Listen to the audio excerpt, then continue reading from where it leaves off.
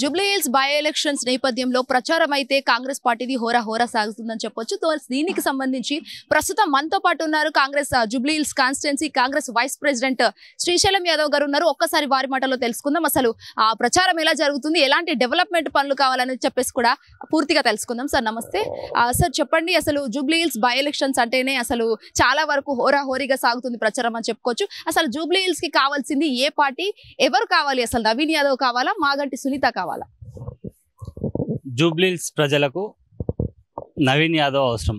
ఎందుకంటే యువకుడు, విద్యావంతుడు, ఎన్నో సేవా కార్యక్రమాలు చేసినటువంటి నవీన్ యాదవ్ మరి గతంలో ఓడిపోయినప్పటికీ కూడా ప్రజాసేవల్లో వాళ్ళ కుటుంబం చాలా హెల్ప్ చేయడం జరిగింది. ఎంతోమంది విద్యార్థులకి వాళ్ళు ఈరోజు విద్య అందించడం, ఎన్నో రకాలుగా గుళ్ళు కానీ గోపురాలు కానీ చదువు, స్పోర్ట్స్ విషయంలో అన్ని విషయాల్లో వాళ్ళు అండదండలు, ఆ సినిమా కార్మికులకు కావచ్చు అందరికీ అండదండలు ఉంటూ నిత్యం ప్రజల మధ్య వారి సమస్యల పట్ల కొట్లాడిన వ్యక్తులు నవీన్ యాదవ్ ఫ్యామిలీ. కాబట్టి ఖచ్చితంగా నవీన్ యాదవ్ కావాలని మేము అనుకుంటున్నాము. అసలు ఎందుకు నవీన్ యాదవ్కే ఓటు వేయాలి అని చెప్పేసి చాలా అనుకుంటున్నారు జనాలు. అటు ముస్లిం వాళ్ళు కావచ్చు, హిందూస్ కావచ్చు, చాలా అనుకుంటున్నారు. అసలు దానికి మీ సమాధానం? కుల మత భేద ఎటువంటిది లేకుండా వాళ్ళు క్రిస్టమస్ అయితే చర్చిలోకి వెళ్ళడం కావచ్చు, మైనారిటీ వాళ్ళ ఏ ప్రోగ్రామ్స్ అయినా వాళ్ళ దగ్గర కావచ్చు, సదర్ కార్యక్రమాలు కావచ్చు, హిందూ రిలేటెడ్ ఏది జరిగినా అన్ని విషయాల్లో కూడా వాళ్ళు ముందుండి అందరితో ఎలా అంటే ఒక ఫ్రెండ్ లాగా, ఒక అన్నలాగా, ఒక సొంత కొడుకులాగా, ఒక మనవడిలాగా అందరితో వాళ్ళు ఒక ఫ్యామిలీ, ఒక 40-50 సంవత్సరాల నుంచి వాళ్ళ ఫ్యామిలీ అందరికీ మంచి ఫ్రెండ్లీ మెయింటైన్ చేస్తున్నారు. కాబట్టి అందరూ కూడా నవీన్ యాదవ్ని కోరుకుంటున్నారు. అందువల్లనే అంటే ఏది ఉన్నా కూడా వాళ్ళ ప్రభుత్వం లేకున్నా కూడా వాళ్ళు హెల్ప్ చేసేటువంటి వ్యక్తులు కాబట్టి నవీన్ యాదవ్ అయితే బెస్ట్. అన్న ఇక్కడ ఇంకా కూడా అసలు గత కొన్ని రోజుల క్రితమే బీసీ రిజర్వేషన్ అనేది తెలంగాణ రాష్ట్రంలో దద్దరిల్లిపోయిన విషయం మనందరికీ తెలుసు. ఇప్పటికి కూడా అసలు బీసీ రిజర్వేషన్ మరి ఏమైనా వర్కౌట్ అవుతుందా లేదా? గౌరవనీయులైనటువంటి రేవంత్ రెడ్డి గారు మరి కామారెడ్డి డిక్లరేషన్లో మరి 42% డిక్లేర్ చేసిన విషయం అందరికి తెలిసిన విషయమే. ఈరోజు బీసీలంతా ఏకమయ్యి మరి బీసీలు రాజకీయంలో వెనుకబడి ఉన్నారనేసి మరి ముందు ఇప్పుడు మా అందరికి ఒక ఐక్యత వచ్చింది. మా ఏ బీసీ ఇచ్చినా కూడా ఆ బీసీకి మద్దతు పలకాలని.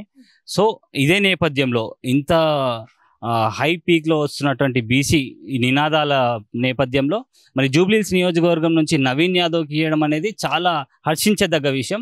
మరి ఈరోజు బీసీ బిడ్డకి ఇచ్చింది కాబట్టి ఈరోజు ముజీరాజ్ సంఘం కావచ్చు, గౌడ సంఘం కావచ్చు, యాదవ్ సంఘం కావచ్చు, ఎస్సీ ఎస్టీ బీసీ మైనారిటీ అన్ని కుల మత భేదాలు అన్నీ కూడా ఈరోజు ఏకమై నవీన్ యాదవ్ గారిని ఎమ్మెల్యేగా కోరుకుంటున్నటువంటి విషయం అందరికి తెలిసిందే. యువ నాయకుడు వస్తే కొద్దిగా బాగుంటుందని అందరు సపోర్ట్ చేయడం జరుగుతూ ఉంది. మరి రేవంత్ రెడ్డి గారికి నేను థ్యాంక్స్ చెప్తా ఉన్నాను. ఎందుకంటే బీసీ రిజర్వేషన్ డిక్లరేషన్ తర్వాత మా బీసీ బిడ్డ నవీన్ యాదవ్ గారికి ఇవ్వడం అనేది మా జూబ్లీ హిల్స్ నియోజకవర్గం నుంచి మేము ఒక హ్యాపీగా ఫీల్ అవుతా ఉన్నాము.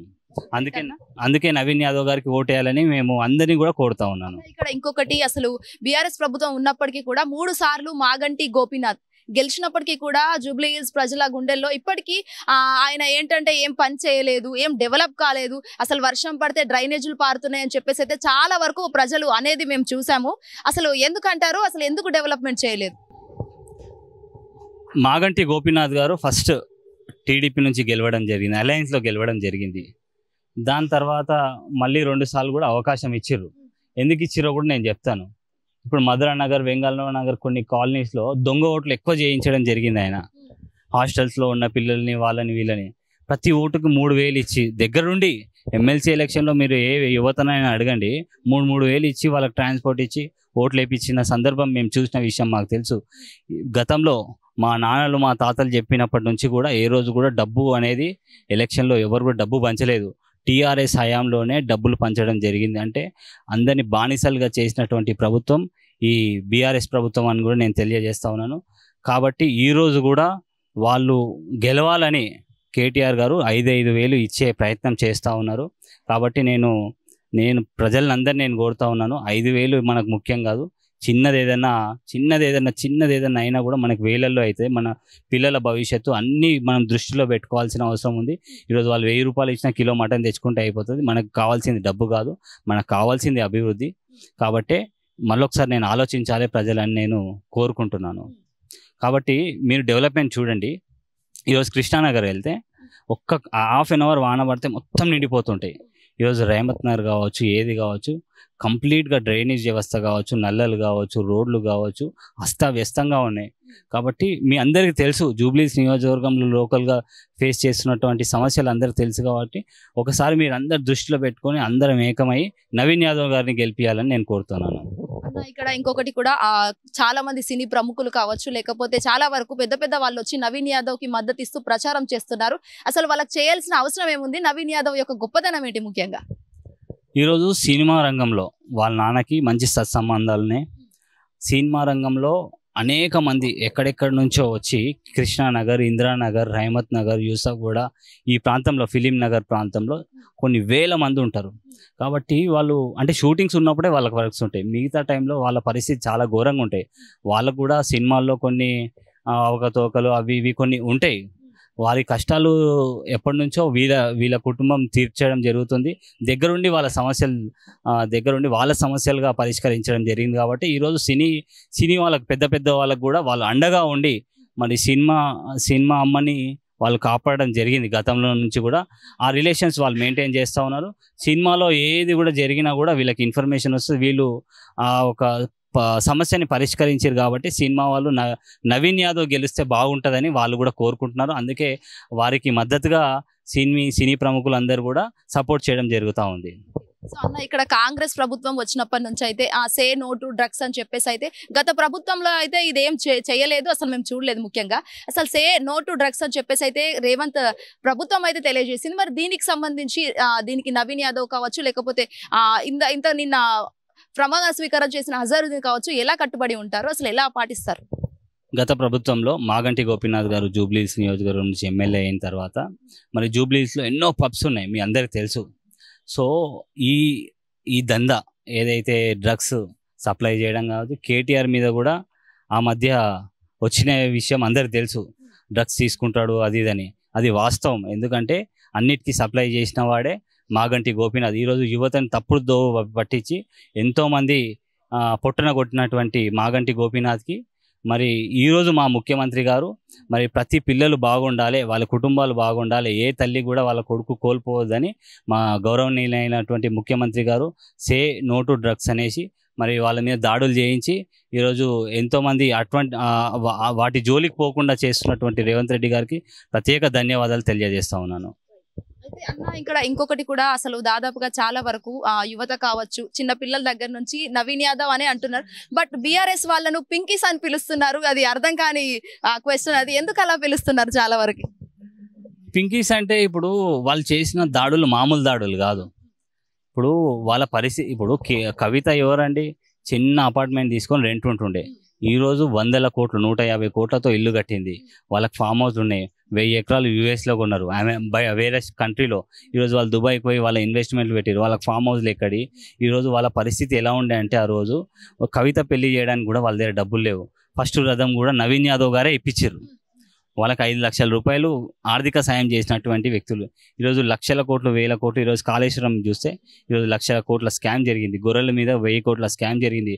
ఈరోజు ఎన్నో వేల ఎకరాలు కబ్జాకి గురైనాయి, చెరువులు, కుంటలు, గింటలు అని చాలా కబ్జా అయినాయి. కాబట్టి వారి అవినీతిని గుర్తించి ప్రజలు వారికి బుద్ధి చెప్పి ఈరోజు వాళ్ళని అపోజిషన్లో నిలబెట్టారు. కాబట్టి వాళ్ళని ఈరోజు పింకీస్ అని కామెంట్ చేయడం జరుగుతూ ఉంది.